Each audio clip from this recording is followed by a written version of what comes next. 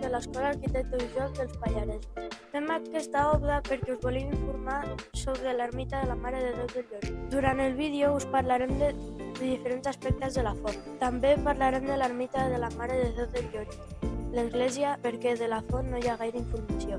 L'edifici va crear-se entre els anys 1889 i 1890, abans d'haver estat enderrocat. La va construir José Licó. Una part de les pintures van ser destruïdes l'any 1935, entre elles les de l'altar, substituïdes per unes de noves, obra de Santiago Terra. És a 14 minuts en cotxe des dels Pallaresos. Caminant es triga 1 hora i 35 minuts. L'ermita és útil perquè avui en dia la gent religiosa pot anar a resar a l'església.